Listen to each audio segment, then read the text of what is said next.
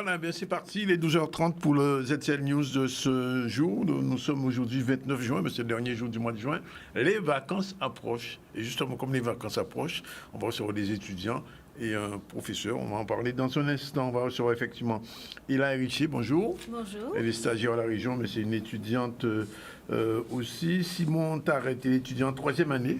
Bonjour. Voilà, merci d'être avec nous. Et monsieur Pedro Pirouacas, alias quoi?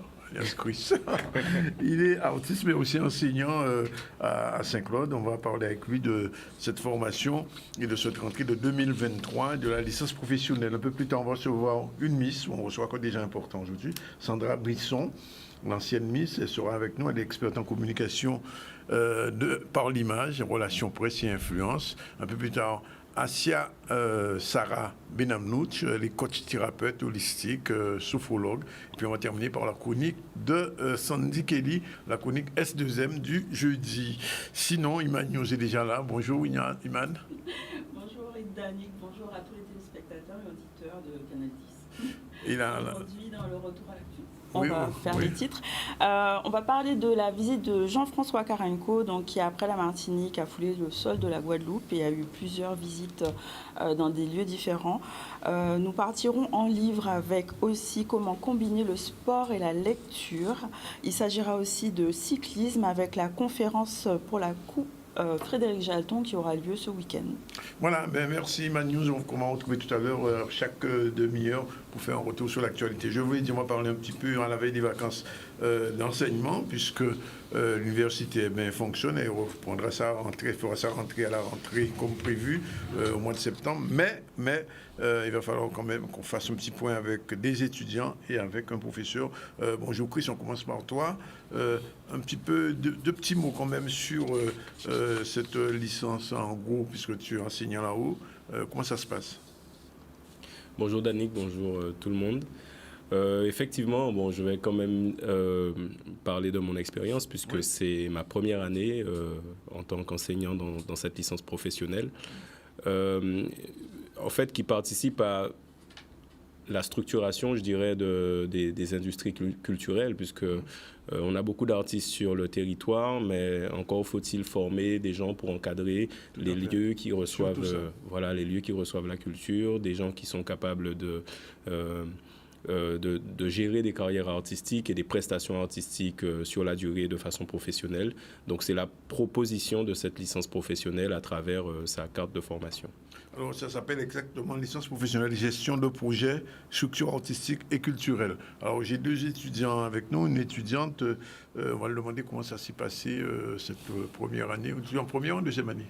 Deuxième année? Troisième année, je crois. Troisième année déjà. Oui. Alors comment ça s'est passé par rapport à ce que disait le monsieur, le professeur? Eh bien, c'était une expérience. Oui. Le fait de découvrir l'envers du décor d'un artiste, tout ce qu'il doit gérer, tout ce que son manager doit gérer, tout ce que l'équipe doit gérer. Et c'est vrai qu'en observant bien tous les cours que j'ai eus, c'est vrai que dans la réalité des choses, il y a souvent un manque de formation au niveau de l'administration par rapport aux artistes. Oui. Et aussi au niveau de la gestion de l'argent. Et du coup, pendant cette formation, on a pu avoir des cours sur le management, la gestion de projets, les politiques publiques et culturelles, mais aussi de comptabilité, comment gérer son image, le cinéma. Vraiment des cours très pertinents. Oui. Et j'ai particulièrement apprécié parce que c'était vraiment... On était dans le vif du sujet. Et personnellement, ce fut une expérience intéressante parce qu'à la fin de notre année, on a pu concevoir un magnifique spectacle pluridisciplinaire avec Chris. Enfin, monsieur Pedro Pirouacas. Oui. Et je pense que tout le monde dans la classe a apprécié parce que chacun a pu jouer un rôle, que ce soit devant le public ou à l'arrière, dans les loges. Ça veut dire que la vision que tu avais de l'événementiel a complètement changé après ces années? On va dire qu'elle est devenue plus réaliste. Je savais que les managers et les équipes devaient gérer beaucoup de choses, mais je ne pensais pas que ça irait jusque-là. C'était aussi énorme. Ah oui. C'est beaucoup de travail.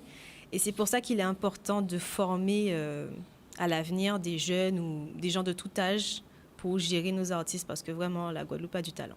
Alors, Simon Tarrette, étudiant en 3e année, aussi cette licence artistique, est-ce qu'aujourd'hui, un jeune qui nous regarde en ce moment, qu'est-ce qu'on a envie de lui dire par rapport à ce milieu artistique, par rapport à l'événementiel? Bonjour déjà à tous les auditeurs. Je pense que ce qu'on a envie de lui dire, c'est de se lancer en fait dans ce milieu, parce que c'est vrai que cette licence, moi, elle m'a énormément apporté. Dans le cadre où en fait moi à la base je suis plutôt un artiste, Oui. et en fait je me suis découvert un intérêt pour le milieu plutôt administratif, on va dire Le l'arrière management. de la scène, voilà, le management. Et en fait je pense que ces deux mondes, donc l'avant de la scène et l'arrière de la scène, travaillent en totale symbiose, donc l'un ne peut pas aller sans l'autre. Et ici en fait en Guadeloupe surtout, et même dans les Antilles en général, l'avantage qu'on a, c'est vraiment d'avoir une culture riche, très diversifiée, beaucoup d'artistes, beaucoup de talents. Et je pense que c'est vraiment ce qui peut nous faire briller, en fait, dans l'avenir. Donc maintenant, c'est aux jeunes, il faut se lancer, il faut y aller, il faut tout donner, quoi. Ouais, parce qu'il y a des jeunes là qui ont un bac +2 et qui ne savent pas que faire, ou ils sont là, comment dire, en train de tchouquer. Alors, est-ce qu'on a envie de leur dire de s'inscrire? Oui. Justement, Dani, par rapport à l'intervention de Simon et ce que tu viens de dire à l'instant, je voudrais dire déjà que les inscriptions sont encore ouvertes tout le mois de juillet. Ouais. Donc, il reste encore des places pour la licence professionnelle cette année, donc ils peuvent encore s'inscrire. Et ce que je voudrais dire, c'est que les étudiants qui ont un profil artistique, Oui. c'est toujours important de comprendre aussi ce qui se passe derrière. Même Oui. si on Le choisit... back-office, comme on dit. Voilà, même si on choisit de devenir danseur professionnel ou interprète ou compositeur, comprendre ces contrats, comprendre comment fonctionnent les industries culturelles, ça peut toujours aider à faire carrière, même si on choisit de rester sur scène et non en coulisses. Oui. Et il y a autre chose que je voudrais dire concernant cette licence, c'est par rapport aux besoins du territoire. Les artistes, il y en a énormément. Enfin, je suis bien placé pour le savoir. Il y a beaucoup de talent. Justement, ici, je pense qu'il y a des opportunités de travailler dans l'encadrement des artistes, que ce soit au niveau des structures, mais même être un manager formé, être un producteur formé, ça c'est un sujet qui est vraiment important pour le territoire. Donc la licence est une bonne option pour pouvoir se former à ces choses-là. Ça signifie, Chris, qu'aujourd'hui, les artistes qui hésitent à être professionnels à 100%, s'ils étaient bien encadrés, ils pourraient l'être? Clairement. Oui, il y a beaucoup d'artistes qui loupent le coche faute d'un encadrement formé. Ça, c'est sûr. Il y a beaucoup d'artistes aussi, beaucoup de gens font la remarque qu'on entend un artiste émerger, donc il fait un titre et puis après on l'entend plus. On l'entend plus. Voilà, mais souvent c'est parce que lorsqu'un artiste a réussi à percer, comme on dit, derrière pour arriver dans la continuité, la longévité, on a besoin de se professionnaliser, de s'organiser, d'avoir des stratégies de marketing, de carrière, des gens qui sont déjà impliqués dans le réseau de la musique, qui puissent placer les artistes soit sur des événements, soit sur des médias comme ici.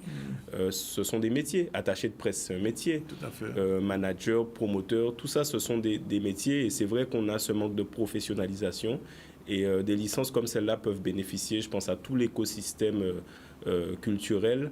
Et d'où mon implication, malgré mes autres activités, pour pouvoir transmettre à ces étudiants. Alors, et là, ça signifie que maintenant, le choix est déjà fait pour l'avenir, à la fin des études. Tu sais déjà ce que tu feras? Oui, je sais déjà ce que je veux faire.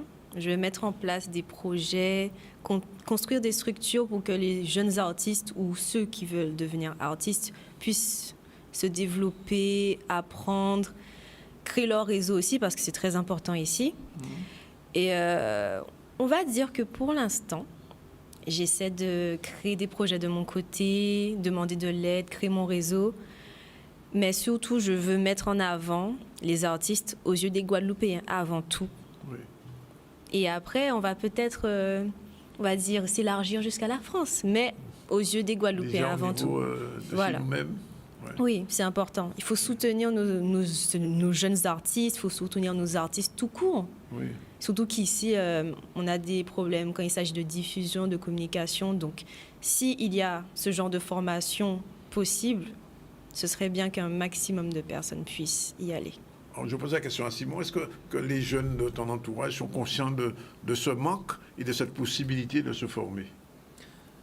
Alors les jeunes dans mon entourage, ils sont pas encore vraiment conscients. Je trouve ça dommage en fait, parce que je pense que c'est aussi un combat à mener, enfin un combat à mener, je veux dire une cause à essayer de défendre. Oui. C'est essayer de faire en sorte que en fait les jeunes, la jeunesse guadeloupéenne puisse se reconnecter un petit peu plus à la culture, puisse se reconnecter à ce qui se fait sur le territoire, parce que c'est vrai que étant dans un bassin culturel, étant influencé par de nombreux pays, de nombreuses influences culturelles. C'est vrai que c'est difficile en fait de se recentrer sur notre propre territoire en fait. Oui. Et je trouve ça dommage. Mais voilà. Oui, parce que je pose la question à vous trois. Beaucoup d'artistes, je le reconnais, puisque je les reçois quelquefois. Quoi qu'il suffit d'avoir un compte Instagram et puis un TikTok et puis tout va bien. C'est pas suffisant.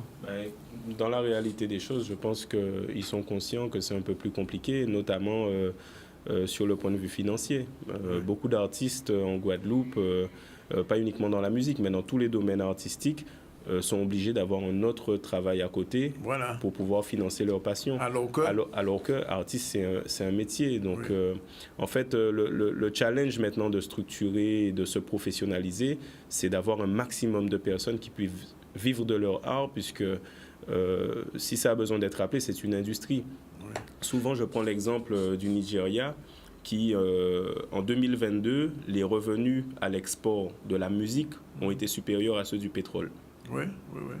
Qu'on a des gars comme Rema, effectivement. Voilà, quand on a Rema, Wizkid, Burna Boy, effectivement. Donc, c'est pour montrer que quand on travaille, dans le bon sens, je ne dis pas qu'on fera comme le Nigeria, mais je pense qu'il y a un potentiel, vu l'influence de la musique antillaise. Et au-delà de ça, on vient de passer la Poulard de Fer. Enfin, dans tous les domaines culturels, il y a vraiment un potentiel qui, selon moi, est sous-exploité, et on doit commencer par se former pour pouvoir adresser le marché et développer ces industries. Alors, la durée de la formation, comment ça s'organise au niveau d'un jeune qui nous entend et qui a un bac+2, qui voudrait s'inscrire, mais se former? Comment ça s'organise concrètement? C'est une licence professionnelle, donc effectivement, à bac+2, on peut s'inscrire et ça dure 1 an, donc une année scolaire, où il recevra donc tous les enseignements relatifs à la gestion d'une structure culturelle. Et ça démarre en septembre, c'est en septembre prochain. Hein? En septembre, oui. Oui, et puis ça termine. C'est l'année scolaire classique de septembre à juin. Septembre à juin. Et donc, alors, on s'inscrit auprès de qui? Alors, il y a un lien, c'est sur Internet maintenant. Je pense je ne sais pas si on peut diffuser le lien d'inscription. Ce serait bien d'ailleurs. Oui, ça serait bien. De toute façon, je vois là qu'il y a M. Bruno. Voilà, sur la plateforme e-candidat, on peut encore s'inscrire tout le mois de juillet. Alors, c'est www.univ-antilles.fr/candidature. Donc, vous tapez dans votre moteur de recherche Université Antilles Candidature. Je pense que vous trouverez le lien. Il faut bien dire que bac+2, ce n'est pas ceux qui vont passer le bac ces jours-ci qui ont leur bac qui peuvent s'inscrire en 3e année. C'est ça, un bac+2. Alors, j'ai vu qu'il y a 500 heures de cours à partir de septembre et des stages en entreprise. Alors, comment ça se passe quand on a fait le parcours étudiant à l'université et on arrive en entreprise? Est-ce que la réalité est proche de ce qu'on apprend? On peut dire que oui. Enfin, personnellement, à la région, c'est sûr qu'au début, je prenais mes repères. Mais dans mon service, justement, ça a été très utile d'avoir ce savoir autour de la gestion de projet. Parce que du coup, on a pu mettre en place des projets pour les journées européennes d'archéologie, où on peut organiser des expositions. C'est avec Mme que tu travailles? Non, c'est avec M. Bruno Kissoun. Ah, M. Kissoun, oui. D'accord. Donc, on peut faire des expositions. Par exemple, à Marie-Galante, on a pu faire l'exposition de M. Bastaro, qui est un homme qui a apporté énormément à la Guadeloupe. Mais du coup, ça a été vachement utile pour eux d'avoir une stagiaire qui avait des connaissances en gestion de projet, parce qu'ils n'ont pas forcément le temps de s'occuper de cette partie du service. Du coup, j'ai dû m'en occuper. Et c'est sûr qu'au début, l'application des cours est un peu perturbant, mais sachant que j'ai été bien encadrée à la région, ça s'est très bien passé. Et on m'a trouvée, on va dire, indépendante, parce que j'ai été bien formée, et notamment avec M. Pedro Pirbacas, au niveau des cours de management, j'ai pu apprendre à travailler aussi avec les autres. Donc, on va dire que dans la réalité des choses, c'est sûr qu'au début, ça peut être un peu déroutant, mais quand on est bien accompagné, le projet se passe généralement bien. Et surtout avec beaucoup de communication. Beaucoup de communication. Simon, pas encore de stage, non? Si, mon stage est déjà terminé. Ou c'est à la région aussi? Non, moi j'étais dans une société, une jeune société donc, qui s'appelle la société 541, je leur fais un coucou s'ils regardent, qui se sont en fait occupés de l'organisation, de la mise en place des salons de la beauté noire et du salon du mariage et de l'union récemment. Et la gestion de projet, alors, ce que disait, comment ça s'est passé? Alors pour moi, en fait ce stage, je dirais pas que c'est l'aboutissement, mais c'est plutôt la continuité en fait de la licence, de tout ce qu'on apprend dans la licence, parce que c'est vrai qu'on est très axé sur un côté théorique, sauf avec Monsieur Pierre Bacas encore une fois qui nous a permis de mettre un petit peu en pratique, voilà. Mais c'était quand même, assez aidé puisqu'on était dans notre université, on avait l'aide de Monsieur Pierre Bacas aussi, mais c'est vrai que quand on est dans le milieu professionnel, quand on fait face à des clients qui ne nous connaissent pas encore, quand il faut gérer des petits problèmes qui surviennent, on va dire, qui nous prennent au dépourvu, c'est vrai que ça, en fait, c'est ce qu'on n'apprend pas, en fait, en théorie, dans le début de la formation. Donc, c'est vrai que, en fait, je vais dire que la formation nous apprend la théorie et le stage nous permet de mettre en pratique. En pratique. Tout simplement. Justement, Chris, quel est le regard en tant qu'enseignant dans cette formation? Tu as sur ces jeunes-là, est-ce que tu sens vraiment du dynamisme, de l'envie, au-delà même de la créativité? Je suis ravi d'entendre leur témoignage, parce que c'est vrai que mon approche était une approche un peu d'un chef d'entreprise qui venait dans l'univers universitaire pour pouvoir ramener la théorie et quelque part faire le lien aussi entre l'aspect théorique et l'aspect concret. C'est la raison pour laquelle dans l'une des matières que j'enseignais, qui était le management d'équipe, on a décidé de faire un projet concret de spectacle. Et pour répondre à ta question, les élèves étaient vraiment extraordinaires. J'ai vu des jeunes très motivés, avec beaucoup de talent, beaucoup de créativité. Et en fait, le fait de sortir de la salle de classe et d'arriver sur la préparation d'un spectacle, ça m'a permis de voir leurs deux côtés, en fait, un peu comme moi d'ailleurs, où j'ai vu des artistes sur la scène, des danseurs comme Simon, des conteurs comme Ella, qui se sont exprimés. Il est aussi artiste? Oui, ce sont tous des doubles profils quasiment dans la classe. Il y a des artistes qui se sont formés justement cette année-là au management, et j'ai vu vraiment beaucoup de talent dans cette jeunesse. Et je pense que afin de structurer, continuer à structurer le marché pour recevoir ces personnes formées, faut commencer quelque part, et justement cette licence apporte justement cette part de structuration. Alors l'autre aspect que je vais te poser, Chris, c'est alors on forme des jeunes, d'accord, qui ont une licence professionnelle, puisque je vois, on va venir sur le contenu des enseignements, mais est-ce que les artistes sont prêts justement à leur tendre la main, leur donner le job, parce que quelquefois l'artiste il est fermé sur son monde et puis il dit pas besoin de monde qui débrouiller moi-même, tu vois. Pour se développer, l'artiste n'aura pas le choix. C'est-à-dire qu'à un moment donné, on est obligé de s'encadrer si on veut arriver, de tout faire tout seul. Enfin, je pense qu'on a tous essayé et on a tous vu les limites de cette pratique. On peut pas tout faire. On peut pas tout faire. On a un répertoire et puis après tout ce qu'il y a derrière, maintenant la SACEM, enfin bref. Voilà, on doit se soulager de toutes les lourdeurs administratives pour pouvoir se concentrer sur son art. Et je pense que justement, le fait qu'en Guadeloupe, on puisse trouver des formations pour les encadrants culturels, c'est très important, et les artistes auront tout à gagner à faire confiance à ces jeunes. Alors, je donne un coup d'œil très rapide sur le contenu des enseignements, parce qu'il y a plein de choses. Alors, les usages numériques, bien évidemment, c'est indispensable maintenant. On ne peut pas travailler, quel que soit l'endroit où on travaille. Si on ne maîtrise pas les outils numériques, là, on est perdu. L'exploitation des données à des fins d'analyse, le positionnement vis-à-vis d'un champ professionnel, la conception et la mise en œuvre de dispositifs artistiques et culturels, tout ça, l'action et la responsabilité au sein d'une organisation, l'expression et la communication écrite et orale, le diagnostic, l'élaboration de programmes. Il y a du boulot. Hein. Alors, Danick, si tu me permets, en fait, justement, ce que je voudrais dire, c'est que ces jeunes apprennent la gestion, Oui. mais ils peuvent autant gérer que s'intégrer à un Oui, service. tout à Donc, le marché, s'il veut bien les accueillir, il y a de la place dans les services culturels des mairies. Il y a Bien sûr. 32 communes en Guadeloupe. Qui sont très pauvres, j'en sais quelque chose. Donc, ils peuvent s'adjoindre les services de ces jeunes. Donc, ça Ouais. peut être un débouché déjà 32 emplois. Tout à fait. À minima. Il y a de la place dans les services culturels des autres institutions telles que la région ou le conseil général. départemental, voilà, oui, tout à c'est le fait. conseil départemental. Ce Ça, sont on des a jeunes tous les qui sont... EPCI aussi, hein. Cap Excellence, CSBT, etc. On a besoin de jeunes. Alors donc, Sans compter les organisateurs privés, puisqu'en Oui. Guadeloupe maintenant on a des festivals, on a de Oui, plus oui, en plus de bien festivals d'ampleur. c'est bon, on a un festival qui s'appelle Caribule. Voilà, par Ça vous exemple. rappelle quelque chose? Eh ben c'est bien, j'enverrai un des étudiants pour faire son stage et éventuellement être embauché. Aucun problème. Au Et contraire, au contraire. voilà, il y a des festivals culturels, il y a des entreprises privées comme mon label de production, à fait. Production. Je pense prendre un étudiant en alternance très bientôt. Donc voilà, il y a des débouchés et la licence correspond aussi à une réalité de marché aujourd'hui. Alors, je vous pose la question à vous deux. La licence, vous arrêtez là ou vous continuez après, jusqu'au master, etc. Et là sauf si c'est un domaine secret. Hein.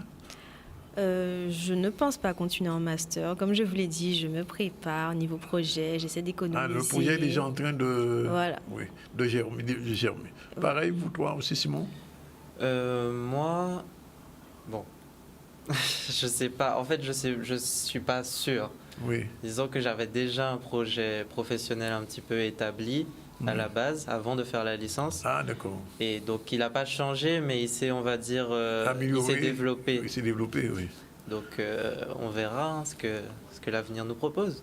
Alors, c'est la dernière question. Donc, ça veut dire que des jeunes comme vous, qui sont déjà un petit peu artistes, qui ont un bac plus 2, vous les encouragez à s'inscrire et à faire le cheminement?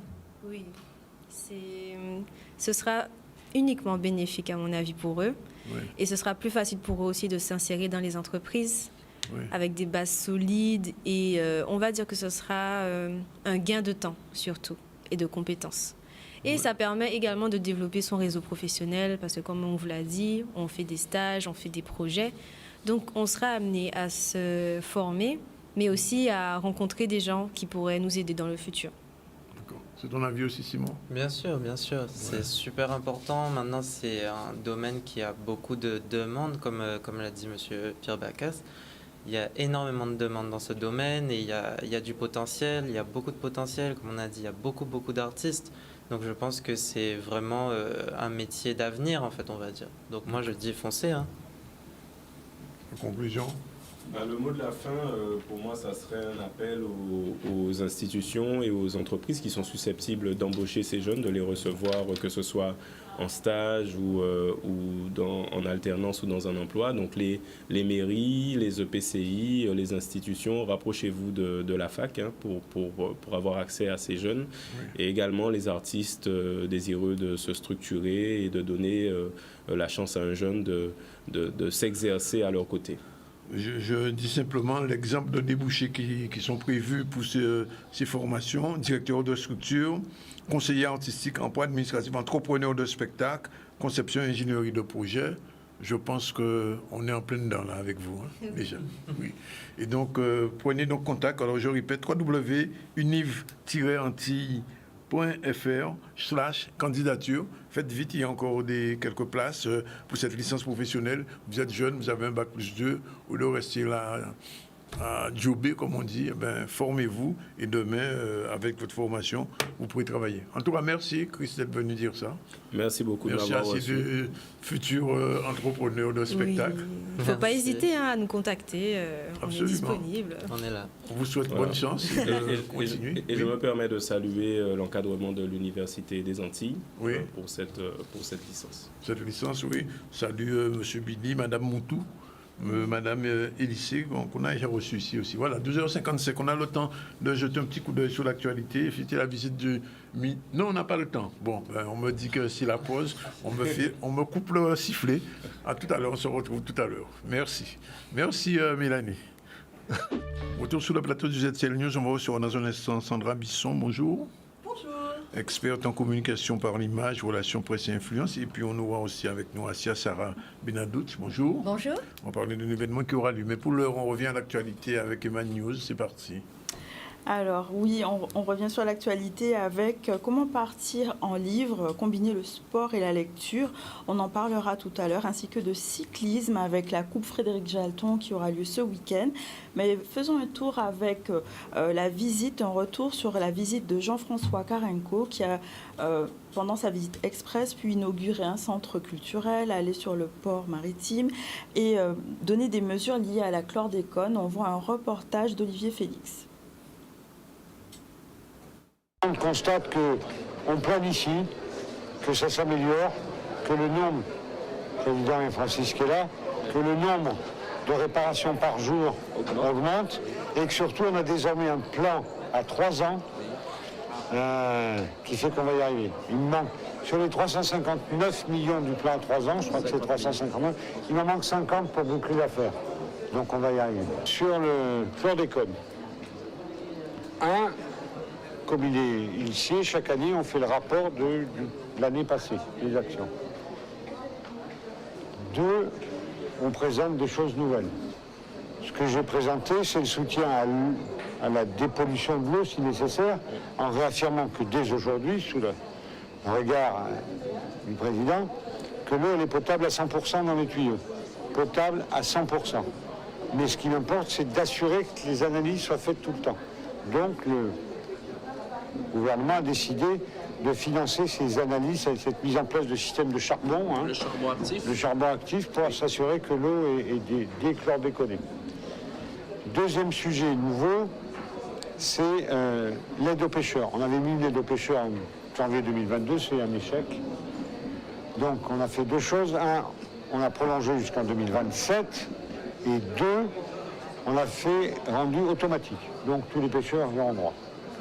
3, c'est l'aide, le suivi, l'aide, le dépistage, l'assistance aux éleveurs de bovins, qui marche parfaitement en Martinique et dont on va signer la convention, j'espère, dans quelques semaines, entre la Chambre d'agriculture et l'organisme qui va s'en occuper, pour que chaque éleveur de bovins soit suivi s'il le demande.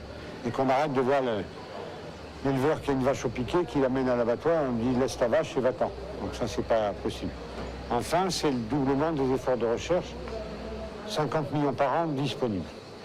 Mais le débat a tourné à comment on fait pour aller vers les gens. Comment on fait pour que chaque personne qui a envie d'aller se faire dépister, 2, si elle a envie, comment elle y va, comment elle est prévenue, et 3, comment elle est suivie.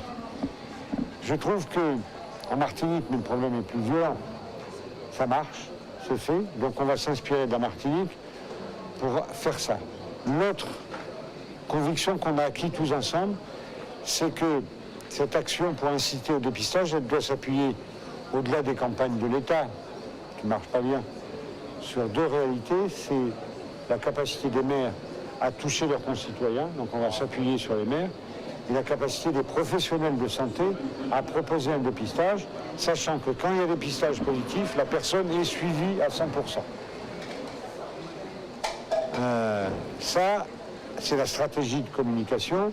J'ai promis de revenir, peut-être pas moi, mais en tout cas les collaborateurs, d'abord de travailler sur cette stratégie telle qu'elle émerge des demandes des maires, telle qu'elle émerge des professionnels, et de revenir présenter cette nouvelle stratégie de communication tout début septembre. Voilà, c'était hier, et puis il était aussi à Pointe-Noire, il a inauguré le centre phylogène en grande pompe. Alors, quand Sandra Misson vient ici, c'est qu'il y a quelque chose derrière. Bonjour. Bonjour. Merci d'être là. C'est quoi cette introduction? Mais oui, mais elle ne vient pas comme ça juste pour mes beaux yeux. Et pourquoi pas? Ça aurait pu être. Sous les belles lunettes. Oui, d'accord. Alors, Oui, effectivement, je viens parler d'un événement, en l'occurrence celui que j'organise depuis maintenant une petite année. Il s'agit de Sois belle et fais-toi, un événement. sois belle et... Et fais-toi. fais-toi. Ah, pas tais-toi. Non, pas Non. tais-toi. Ah, non, fais-toi. non, Ah, ben, fais-toi. fais-toi. Effectivement, qui reprend cette idée de femme qui va de l'avant, hein, clairement, et qui prend soin d'elle. Donc la beauté, pas que la beauté extérieure, mais la beauté dans toute sa globalité. Donc un événement qui aura lieu ce dimanche 2 juillet, Oui. avec de très, très, très beaux invités.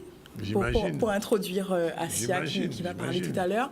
Oui. On a sur cette journée vraiment 2 axes majeurs. Celui de pouvoir impulser une dynamique d'empowerment, de leadership, et aussi parler de bien-être au féminin, même si les hommes sont à notre service, avec notamment... Ah oui, ils sont quand même... parce qu'ils disent sois belle, je ne sais pas si les hommes sont prévus dans Alors, c'est l'affaire. un événement pour les femmes. Ah, donc, quand même. effectivement, Oui. on attend Il y a de plus en plus nombreuses d'événements participantes. Pour les femmes, je remarque. Hein.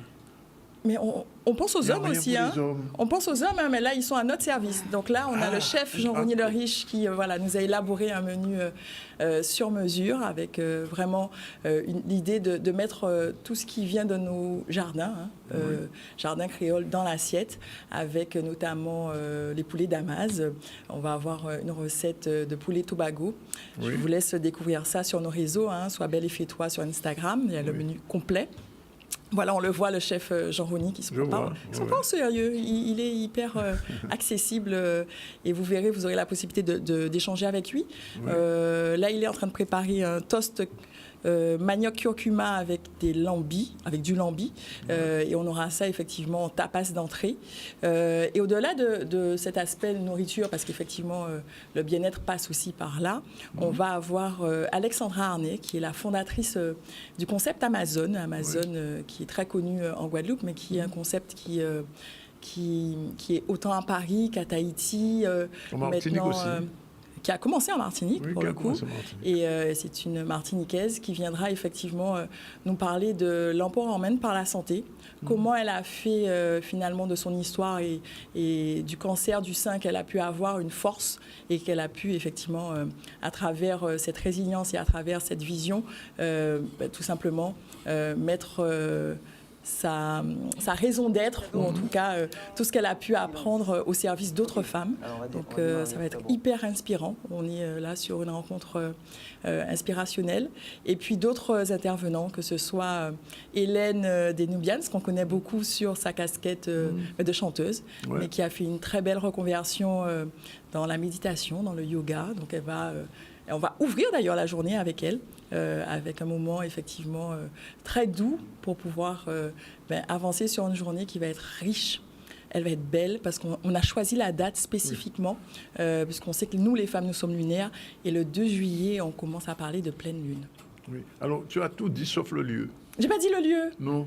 Non. Non. Mais c'est parce que j'attendais la question. Elle est pas belle, celle-là. On va être effectivement sur cette 3e édition dans un cadre paradisiaque, je pèse pas mes mots. On va être à la ferme Anna Cardier à Saint-François. Donc c'est un lieu effectivement comme on l'entend dans le nom. C'est une ferme où il y a une ruche, donc il y a une production de miel, ce qui se fait de moins en moins, hein, donc il faut le signaler. Et puis dans un cadre verdoyant avec vraiment un retour à la connexion à la nature, j'ai envie de dire, puisque c'est vraiment se connecter à soi, et je crois que ça passe par les éléments qui nous entourent. Donc la nature, c'est une vraie pépite pour nous les femmes, on va s'en inspirer. Ça veut dire qu'on a le temps de s'inscrire, les femmes qui ne sont pas encore inscrites, on est le 29. Hein, Tout à fait, on a encore le temps de s'inscrire, il reste encore quelques places. On est sur un événement plutôt intimiste, hein, on n'est pas sur un gros événement, on attend une 50aine de femmes, donc allez-y, inscrivez-vous, tout simplement sur sandrabisson.com /soit-belle-et-fait-toi. D'accord. Donc le plus simple, c'est d'aller sur Instagram et vous aurez le lien sur l'Instagram de Sois belle et fais-toi. C'est encore plus simple. C'est Sandra Bisson ou S-Bisson? Non, sur l'Instagram de Sois belle et fais-toi. Mais cela dit, sur le mien aussi, hein, vous pouvez y aller. Sur mon Instagram, il y a le lien également. Vous pouvez juste cliquer. Il y a tout le programme qui est bien présenté. Et en dehors d'Alexandra Arnay, il y a Jasmina Legros, qui est une Guadeloupéenne, qui, dans l'après-midi, va pouvoir... nous montrer qu'avec finalement les plantes du jardin, on peut faire des merveilles et des produits de soins pour être encore plus belle. On est déjà belle, nous. Oui. Alors, je me tourne vers Asias Benanouch, bonjour. Oui, Merci d'être avec nous. Alors, Merci vous de êtes m'avoir invité. coach, thérapeute holistique, sophrologue, tout ça à la fois. Alors oui, tout à fait. Je suis thérapeute et coach holistique. Oui. Comment vous intervenez en général, vous accompagnez les gens, comment ça se passe? Alors, mon accompagnement, il est simple. J'accompagne de manière globale, c'est de là où vient le terme holistique. Oui. Donc, j'accompagne donc les personnes qui souhaitent intervenir au niveau de leur stress, qui ont des grosses sources de stress et qui n'arrivent pas à s'en défaire. Les personnes qui ont du poids à perdre et voilà, qui n'arrivent pas à s'en défaire, qui ont essayé toutes sortes de choses. Et des personnes qui ont aussi des maladies inflammatoires chroniques. Donc voilà, j'interviens autour de ces personnes, mais de manière globale. Et c'est de là, en fait, où vient le terme holistique. J'interviens au niveau physique en leur apportant une alimentation qui est, pour moi, équilibre et plaisir. En fait, j'allie les deux. Donc, c'est sans source de frustration. Et au niveau physique aussi, sur la reconnexion à soi, sur la reconnexion au sens. J'interviens aussi au niveau émotionnel, où je permets aux personnes, de par cet accompagnement, d'avoir une stabilité émotionnelle, une sécurité intérieure, une confiance en soi, une estime de soi, gérer ce stress, exprimer et libérer ses émotions. L'idée étant vraiment de récupérer un bien-être total et d'améliorer considérablement sa qualité de vie. D'apporter des outils aussi pour que la personne soit finalement autonome et qu'elle puisse les utiliser au fur et à mesure dans sa vie, parce que les émotions, c'est fluctuant et voilà, c'est là tout le temps. Le stress est omnipermanent.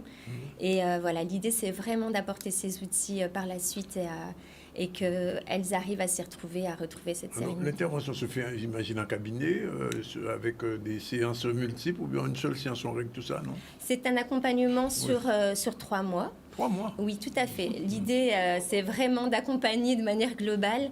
Et le premier entretien se fait en cabinet. Et ensuite, on profite de la Guadeloupe et de tous ces beaux lieux. Et de ce fait-là, toutes les prestations se font aussi à l'extérieur. Alors, j'imagine que ça ne concerne pas que les femmes, cette fois-ci. Non, ça ne concerne pas que les femmes. Les hommes aussi sont conviés à mon programme, tout à fait. Il va booker une prestation. Non, mais j'ai pas dit ça, mais je demande, parce qu'il y a des hommes qui nous regardent et qui voient Madame Benanouch. Je dis, est-ce que c'est seulement des femmes? Parce que j'ai remarqué quand même que dans le milieu des coachs, il y a beaucoup de femmes. Alors, écoutez, ça, je ne sais pas. Mais ça, je confirme. Oui. J'en ai déjà reçu ici beaucoup. Ce que je sais, c'est que dans ma clientèle, en tout cas, de par ma casquette d'infirmière en éducation à la santé, de sophrologue, j'interviens donc vraiment... Vous avez 2 casquettes. Oui. Donc, j'interviens vraiment de manière globale. Et chez l'homme, par exemple, parce qu'on est tous source de stress, de troubles alimentaires, de maladies inflammatoires, telles que le côlon irritable et voilà, l'endométriose pour la femme, le syndrome des ovaires polykystiques, les fibromes. Mais chez l'homme aussi, voilà, tout ce qui est inflammatoire aussi... Alors, sur le stress, par exemple, on prend le cas de ce on ne va pas faire un accompagnement, mais les gens qui viennent et qui stressent tout le temps, on dit qu'il y a du bon et du mauvais stress. Tout à fait. Alors, effectivement, le stress, on en a besoin. Oui. Ce qui est bon, c'est le stress ponctuel. Lorsqu'on l'utilise pour une situation vraiment de manière ponctuelle, on doit passer à l'action pour X raisons. C'est vraiment, en fait, ça fait partie intégrale de nous, des êtres humains. C'est un booster. Pardon ? C'est un booster à ce moment-là. Effectivement, c'est un booster et même au niveau du métabolisme, en fait, tout à fait, c'est un réel booster. Maintenant, là où la problématique, c'est quand ça devient de manière chronique. Oui. Et c'est ce qui se passe, voilà, c'est omniprésent chez nous. C'est que le stress, on l'a de manière chronique et c'est là où, en fait, ça engendre des problématiques, des maladies, notamment les maladies inflammatoires aussi. Lorsqu'on développe trop de stress, à un moment donné, on n'a plus cette cortisone qui est là, naturelle dans notre corps et on en a besoin. Et c'est tout un cercle vicieux qui s'opère. Oui. Et ça se fait donc sur 3 mois à peu près. 3 mois, on est guéri de son stress? Ah non, alors en fait, ce que je propose, c'est vraiment un programme personnalisé. Oui. L'idée, c'est d'avoir une approche sur mesure avec l'accompagné. Donc, effectivement, mon programme se base sur 3 mois, mais il m'arrive aussi de suivre et continuer l'accompagnement au-delà. Oui, parce que justement, on parle souvent d'accompagnement. Parce que, quand on va chez un médecin, par exemple, il vous donne une prescription, mais le coach n'a pas de prescription à donner. Le coach, effectivement, n'a pas de prescription. Maintenant, c'est absolument pas la même chose. Oui. Oui, en termes d'accompagnement, l'idée, en fait, effectivement, on n'est pas dans du curatif. Oui. Ce que j'apprécie, ce qui vraiment me passionne dans ce métier, c'est que l'idée, c'est de travailler la prévention. Et justement, d'arriver, pour des personnes qui sont déjà sources de stress, qui ont déjà du poids à perdre, etc., et qui veulent vraiment se Même pour prendre perdre en le main. poids, on peut se faire accompagner par un coach. Bien évidemment. Ah, Oui. et ça fonctionne. Oui, ça fonctionne. Bon. Par contre, ce qui est pour moi important de savoir, c'est que à 90%, voire plus, pour moi, je suis convaincue que c'est même 100%, le poids physique est relatif à un poids émotionnel. Et c'est de là, en fait, où mon approche est importante, c'est que je travaille en globalité. Et de ce fait-là, je travaille la source de stress qui engendre bien souvent la prise de poids de par de la compensation, voilà, parce qu'on déclenche des endorphines quand on mange. Et donc, c'est un cercle vicieux et moi, j'arrive à en faire un cercle vertueux. Alors, vous allez me dire oui, bien sûr, mais enfin, je pose quand même la question. Quand, par exemple, après 3 mois, vous avez accompagné quelqu'un, vous voyez les résultats concrets quand même, Oui. et le client ou le patient, enfin, je ne sais pas comment vous l'appelez, vous dit, bon, mais ça y est, c'est réglé après 3 mois. Alors, tout dépend de la personne, bien Oui. évidemment. Voilà, comme je vous ai expliqué, c'est très C'est- personnalisé.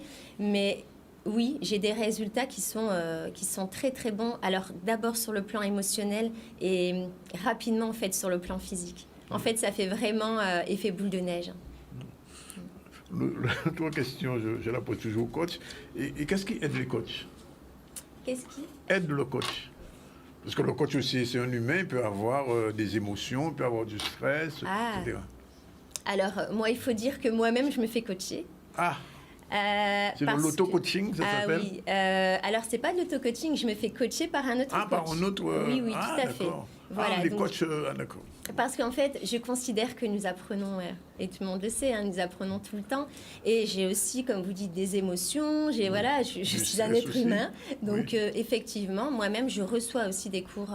Quand moi, j'en ai besoin, je reçois des séances de coaching. Alors, je Comme pose- les séances de sophrologie que moi, j'anime personnellement, Oui. je vais aussi recevoir des séances de sophrologie, même si je suis sophrologue. On revient dans un instant. Je pose une question à Sandra. Sandra, quand tu es allée à ton concours de Miss, tu avais du stress? Ah oui, mais par contre, à l'époque, j'avais perdu énormément de kilos. Ah bon? Ah ouais, de stress, j'avais perdu des kilos et j'avais eu l'acné. J'avais une poussée d'acné juste avant Parce de qu'on m'a partir dit à Miss maintenant, France. pour les concours de Miss, il y a même des coachs qui accompagnent les Miss avant. Ah oui, alors oui, complètement. Bon, c'est vrai que pour remettre un petit peu entre guillemets, contextuellement, je Oui. ne suis plus responsable des Miss Je cette sais, année. je sais, Non, mais je sais. toi Mais tu tu l'as sais, été. mais je le dis pour Oui. les autres les personnes qui ne suivent pas forcément. Donc c'est Corinne Comment qui a repris la délégation. Mais c'est vrai que au long des 5 ans, on a mis en place effectivement du coaching puisque l'idée c'est de faire effectivement de ces jeunes femmes qu'elles soient bien effectivement physiquement, mais qu'elles soient bien dans leur basket, qu'elles soient bien dans leur tête, Oui.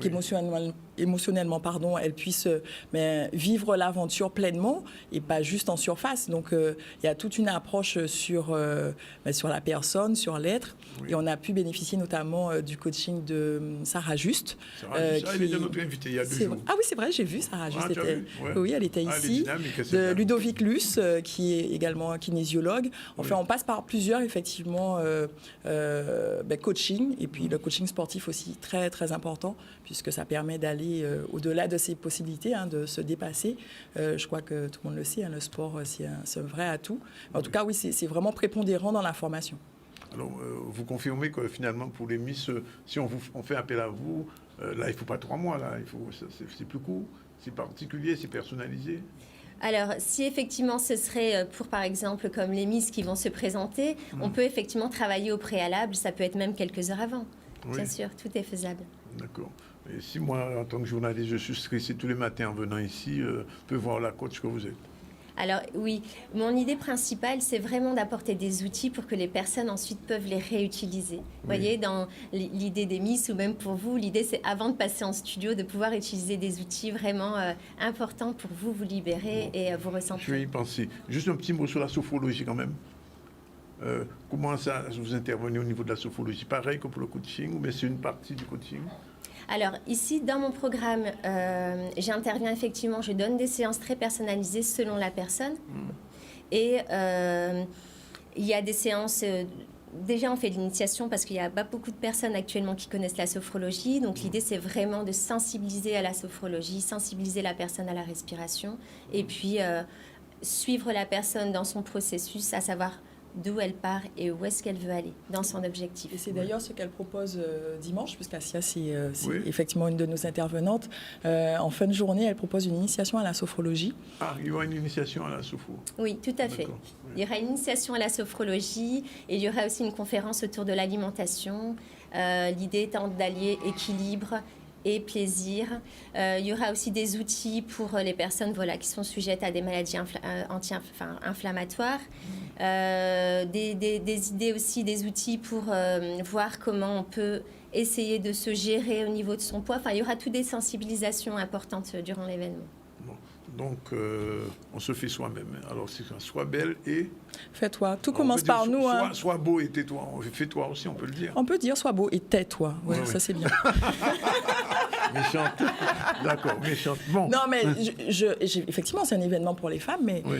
pour le coup, je sais que quand je dis les hommes sont à notre service, le photographe, c'est un homme. On va avoir aussi un DJ de Lord Up sur cet événement, Oui. un vidéaste. C'est pour ça que je dis les hommes sont à notre service. On ne peut pas Oui, faire bien sûr. et être femme sans avoir les hommes. C'est évident. C'est évident. Et pour le coup, je pense que je vais faire je vais faire un événement pour les hommes parce que j'ai beaucoup Carrément. de demandes. Bon. Ouais. Pas le même format parce que je pense Oui. que Ouais, ce trop sont des inspirationnel, peut-être pas, peut-être un truc peut-être plus pratique. Mais en tout cas, oui, il y a une réflexion qui est en cours. Bon, mais on prend note. OK.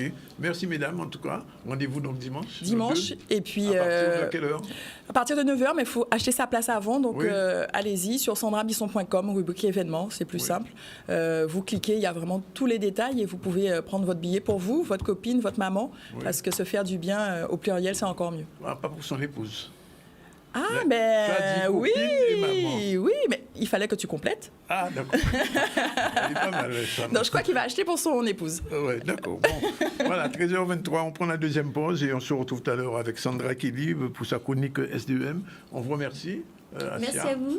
Merci. Merci Sandra. beaucoup. Je vais Prochain revenir. événement. Il y a toujours Ça, un bel accueil Ah, ici. ça, vous pouvez ouvrir. C'est un forfait. Bon, voilà, 13h23, la deuxième pause et on se retrouve tout à l'heure pour la suite des événements dans le ZCL News. C'est parti. Dans une minute, il va être 13h30. C'est l'heure de retrouver dans un instant Sandy Kelly. Bonjour. Bonjour Danick. Et avec qui? Alors Sophie Monneré que je vais présenter justement dans un instant. Dans un instant. Sinon, on fait un retour sur l'actu avec Iman News. C'est parti. Ça aurait fait bien Sandy News aussi. Sandy News aussi, Oui. c'est sympa.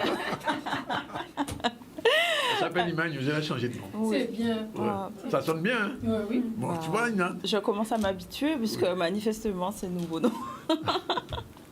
Nous partirons en livre aujourd'hui ou comment combiner donc le kayak et la lecture. C'est un reportage qu'on verra tout à l'heure. On parlera cyclisme aussi en lien avec la Coupe Frédéric Jalton qui aura lieu ce week-end, qui commence demain jusqu'à dimanche. Nous avons déjà vu la visite de Jean-François Carenco qui a parlé des mesures liées à la chlordécone. Voyons actuellement les présidents qui parlent de la SIOM, du Conseil interministériel des Outre-mer qui aura lieu le 6 juillet. Donc, ils s'expriment à ce sujet. On voit un reportage. Merci, Iman News.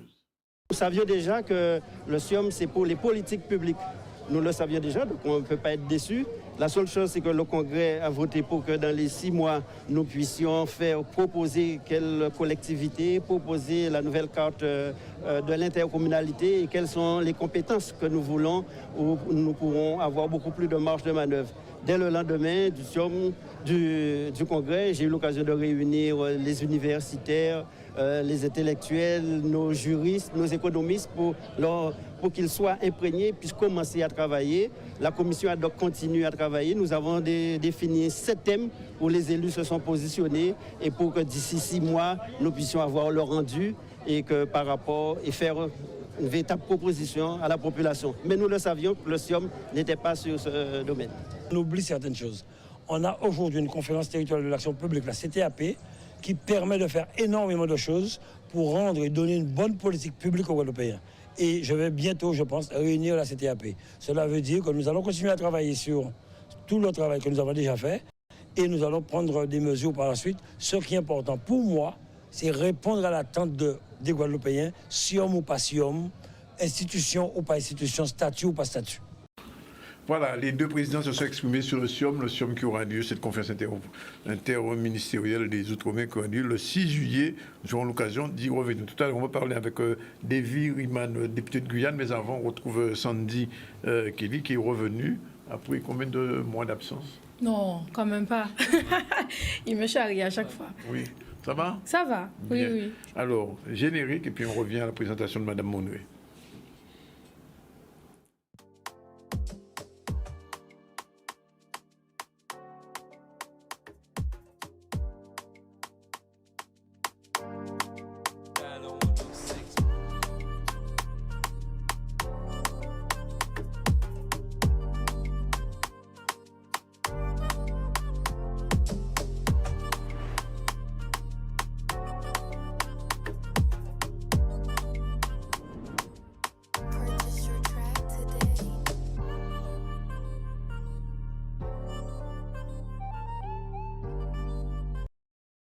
Voilà, nous sommes donc dans le Sandy Media Mag et donc on a aujourd'hui une invitée.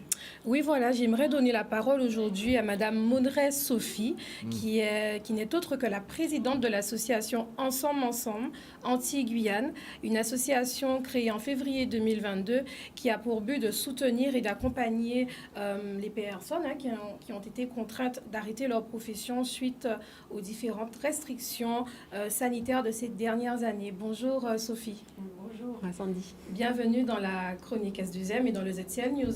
Oui, merci de m'accueillir et de me laisser la parole pour présenter l'association et ce projet qu'on a en cours, qui est ce lancement des tirelires du mouvement Bien-être solidaire, qui a donc été initié par l'association Ensemble Antilles-Guyane. Très bien. D'où est venue cette idée justement de créer cette association, Sophie? Alors, nous sommes un ensemble de professionnels de santé, de thérapeutes, de sympathisants qui ont été touchés par la situation des professionnels de santé suspendus, donc sensibilisés aux conséquences psychiques, aux conséquences sociales. Et donc, nous avons créé cette association pour venir en soutien, pour les aider à se relever, à se repenser, se réinventer et continuer à vivre malgré 20 mois, 600 jours d'absence de salaire. C'est une cause qui est très noble. Justement, à travers cette synergie solidaire, on entend notamment parler de soins bien-être solidaires. Alors, est-ce que tu peux nous expliquer un petit peu? Ouais. Alors, les soins bien-être solidaires, c'est une des actions de l'association. Et donc, qu'est-ce que c'est qu'un soin bien-être solidaire? On est à peu près 37 thérapeutes en ce moment, essentiellement sur la Guadeloupe, quelques-uns en Martinique, quelques-uns à Saint-Martin. Et il y en a à peu près une vingtaine en attente, le temps qu'on prenne le temps de les appeler. Et donc, en fait, tous ces thérapeutes du bien-être proposent des choses très variées. Ça va du coaching de vie à différents massages, en passant par la kinésiologie, l'hypnose, la fasciathérapie, les soins énergétiques, il y en a tellement. Et donc, tout ça, c'est des soins du bien-être. C'est-à-dire que c'est complémentaire à tout ce que l'on peut proposer au niveau de la médecine, on va dire, classique.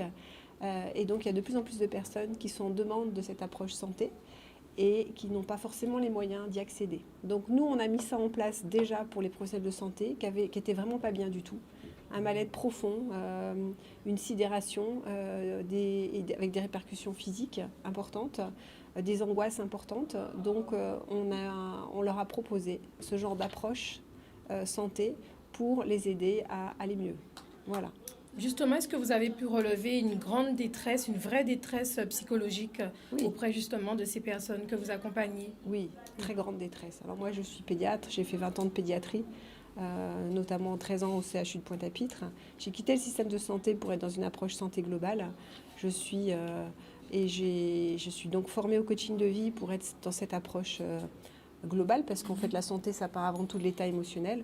Et oui, de plus de 7 ans d'expérience d'accompagnement des personnes qui sont en difficulté, pour X raisons, oui, il y a eu une très, très, très, très grande détresse. Et donc, voilà, humainement, on ne peut pas rester sans rien faire en tant que professionnel de santé, en tant que soignant, en tant que thérapeute, on ne peut pas rien faire. C'est comme une catastrophe qui s'est passée. Quand il y a une catastrophe sanitaire, ou enfin une catastrophe pas sanitaire, mais un tremblement de terre ou un crash d'avion, on connaît ici tout ce genre de choses, on développe des cellules de crise en urgence, donc il n'y a rien eu là. Donc c'était la bonne volonté des uns et des autres pour accueillir toutes ces personnes. Très bien, parlons du lancement justement des tirelires, Sophie, avec ce mouvement. Oui. En quoi consistent-elles ces tirelires? Alors, justement c'est des petites tirelires qui, en fait, il y a une synergie entre nos objectifs de l'association et puis le mouvement Bien-être solidaire qui a été initié par Jean-Gérard Fontange en 2016, qui est parti donc de la Guadeloupe. C'est un mouvement, c'est-à-dire c'est pour sensibiliser la population à l'existence de soins bien-être en attente. C'est sensibiliser la population à réussir à rendre plus accessible le bien-être à ceux qui n'ont pas du tout les moyens.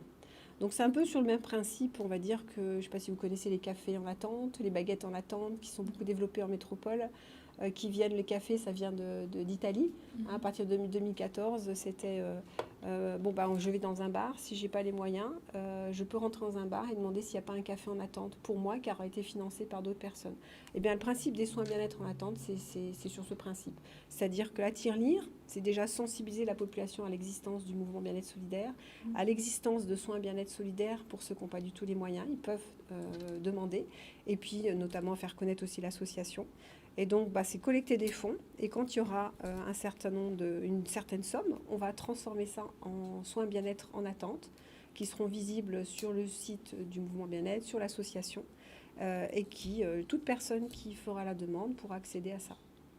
Très bien. Alors, comment recrutez-vous justement ces professionnels qui vous accompagnent? Est-ce qu'il y a également une charte déontologique? Alors, oui.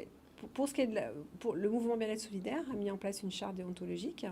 Donc, tout thérapeute qui adhère à ce mouvement est censé être en accord avec cette charte.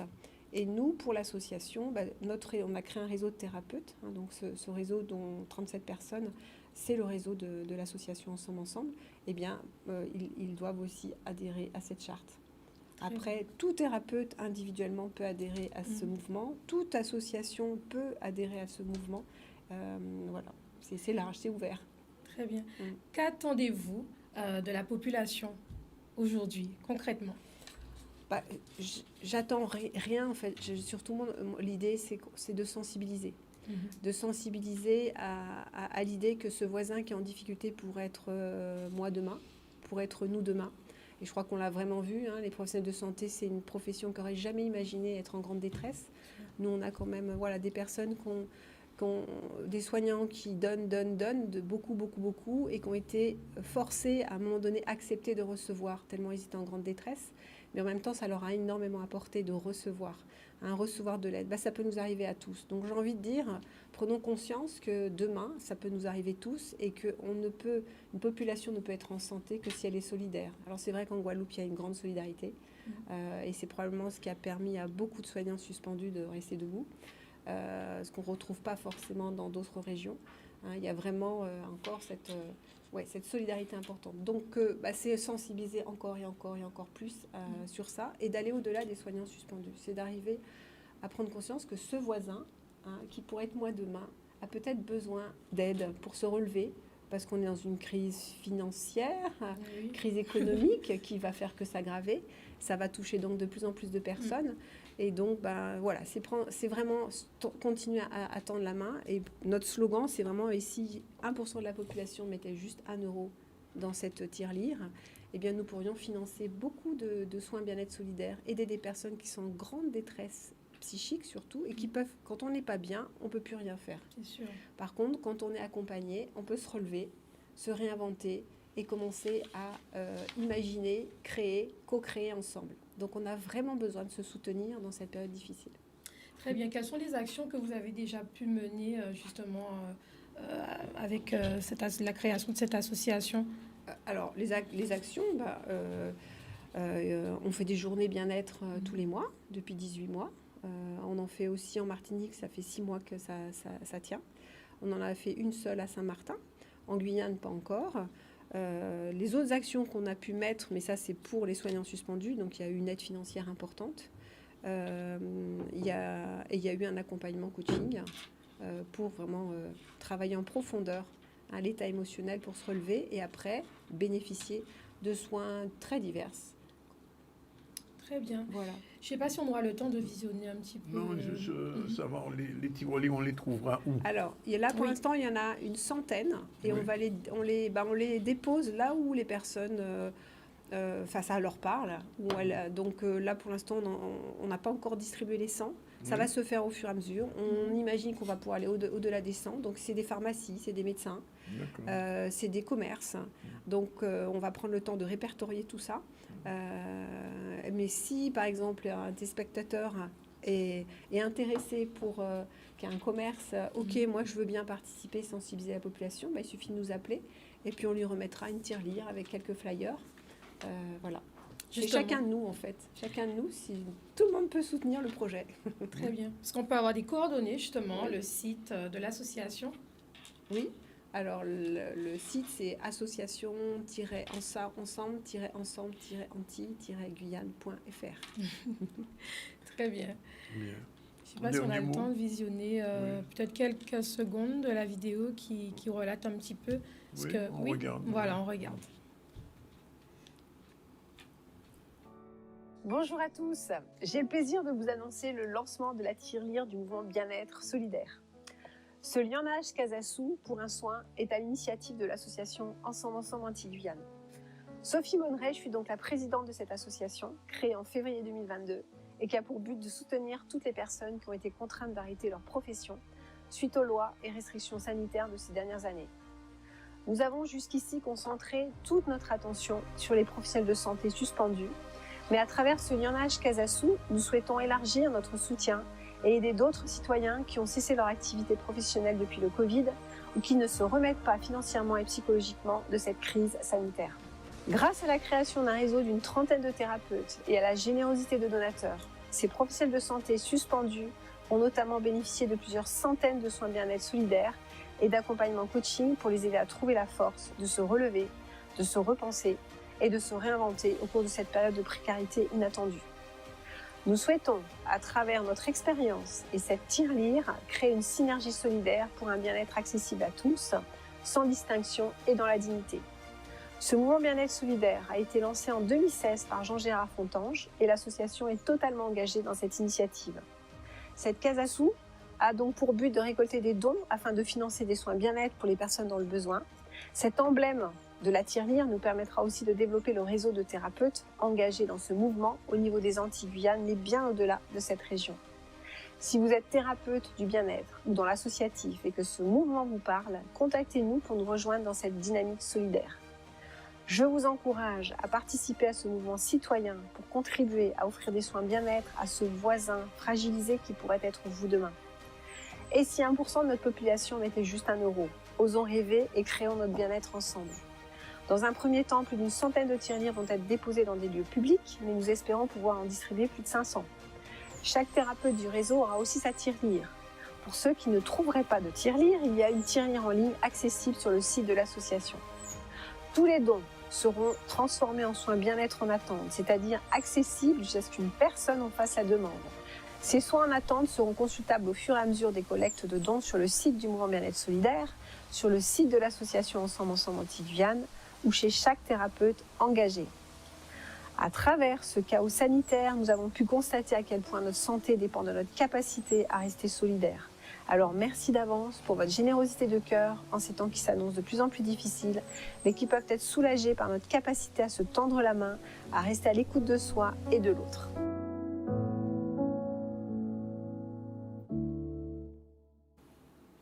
Voilà, eh bien, on espère que la solidarité va jouer comme d'habitude. On sait que les Guadeloupéens sont très solidaires. Il est 13h46, on se retrouve jeudi prochain spécialement pour le final. Le final, voilà. Du ZCL et du Samedi Mag pour ces vacances. Merci Madame Soubé pour votre action très bénéfique.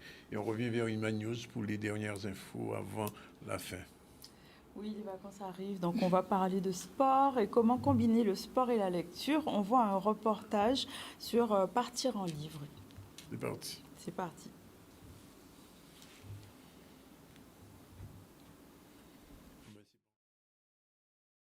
Aujourd'hui, notre action s'inscrit dans le cadre d'une action nationale qui s'appelle Partir en livre, avec comme thème la liberté.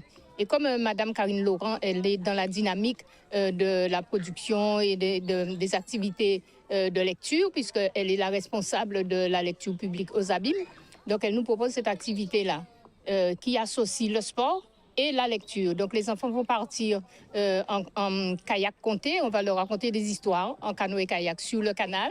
Ensuite, ils vont aller prendre leur collation et faire une pause à la base nautique de l'Oricisque. Et ils partiront ensuite au Mémorial Act où il y aura des activités de lecture, d'expression. Et nous espérons qu'ils vont passer une excellente journée. Aujourd'hui, je suis venue pour l'activité en canoë-kayak. Et venir observer le site écotouristique et rencontrer tous les animaux qu'on peut voir près du canal. Nous allons découvrir avant tout la mangrove. C'est un milieu qui est avec une eau saumâtre, un mélange d'eau de mer et un mélange d'eau de source. Et faire comprendre aux enfants que cette eau qui est là, ce n'est pas une eau de centre d'épuration ou une eau qui est en train de stagner. Il y a un départ, il y a une fin, on va dire une fin, qui est dans la mer, là où les poissons, là où on va pêcher les poissons qu'on consomme. Donc tout ça, c'est pour leur faire voir la pollution, l'impact de la pollution, et surtout de voir que la nature est si résiliente par rapport à cette pollution, ils vont découvrir énormément de biodiversité, que ce soit de faune et de flore, sur un milieu qui est pourtant très proche de chez eux, dans la ville, où on n'imagine pas qu'on a accès à la mer. Aujourd'hui, on m'a invité dans une activité de kayak. Je sais qu'on va pouvoir voir les animaux, des plantes. On va pouvoir explorer un peu. Le premier message avant tout, c'est bien qu'il faut arrêter la pollution. Nous, on n'est pas la police, on n'est pas tout ça, on n'est pas armés, on ne peut pas se battre contre ces gens-là. Mais d'occuper les lieux, des lieux qui ont toutes leurs fonctions, toute leur beauté, à l'abandon malheureusement par certaines villes, mais ce sont des lieux magnifiques où la nature a ses droits, nous prouve qu'elle a tous ses droits et qu'il faut qu'on fasse avec. Donc c'est surtout de voir que la pollution, si on commence à la traiter dès maintenant avec les plus jeunes, ces gestes-là ne se reproduiront plus et on sera dans de meilleures conditions. Pour moi, ça représente une bonne activité pour sortir des écrans déjà, parce que pendant les vacances, être tout le temps devant les écrans, c'est problématique. Et une bonne découverte. Je vais apprendre beaucoup de choses et je vais m'amuser aussi. Voilà, ils sont partis en livrer en cadeau et nous, on va partir à Paris rencontrer le député de Guyane, David Riman. Il est membre il est président de la délégation des OM à l'Assemblée nationale française. On regarde ce reportage de Maurice Cessé. C'est parti. Je suis en compagnie de David Riman, qui est le député de Guyane, qui vient d'être élu président de la délégation aux Outre-mer ici à l'Assemblée nationale. Alors, suite à cette nomination, une réaction, monsieur Riman? Écoutez, bonjour à toutes et tous. Donc, c'est une satisfaction d'être élu par ses collègues comme ça de la sorte.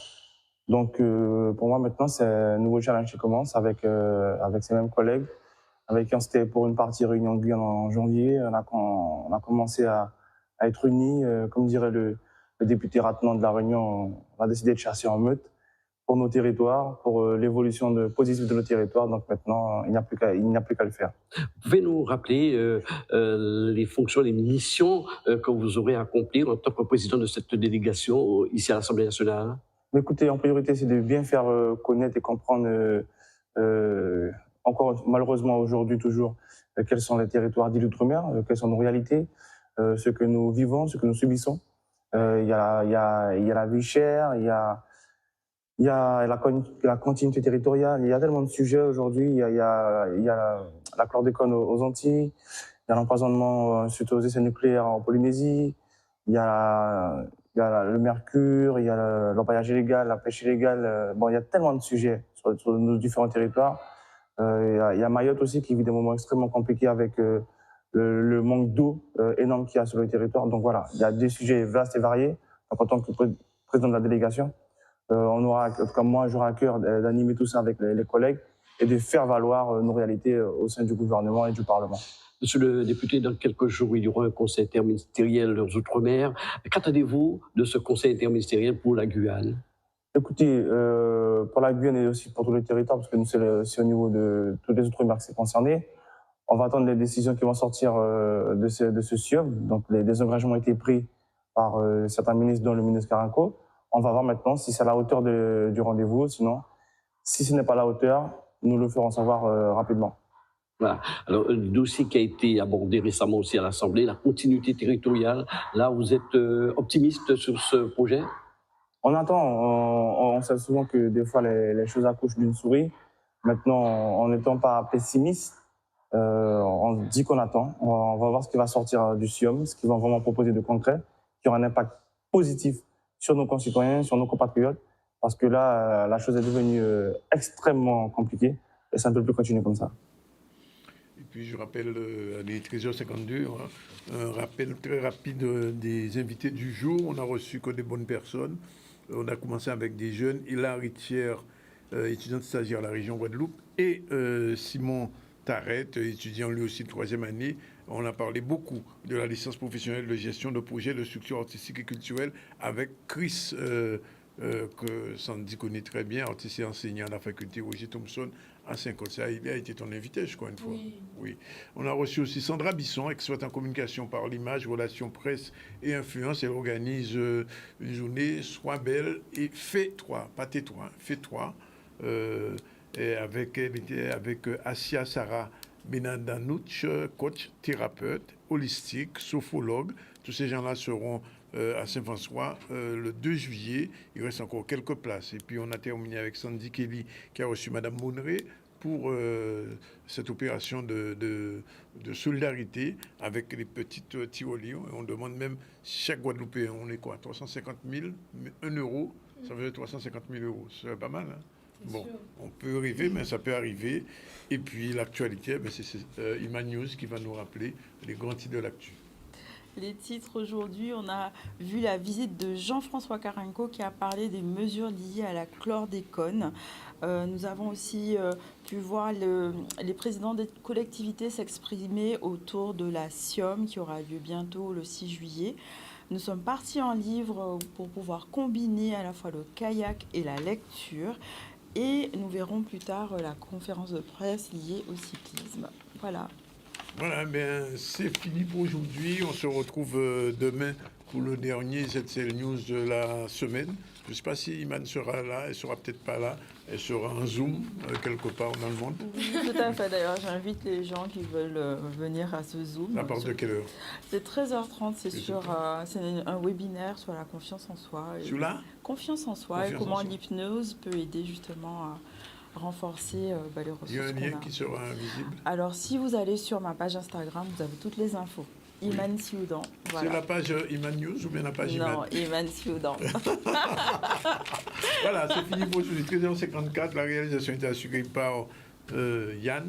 Et puis, à demain. Bon appétit si vous n'avez pas encore déjeuné. Ce qui m'étonnerait. Sans dire au revoir, à bientôt, à jeudi prochain. À jeudi prochain, pour le grand final, là. Ouais.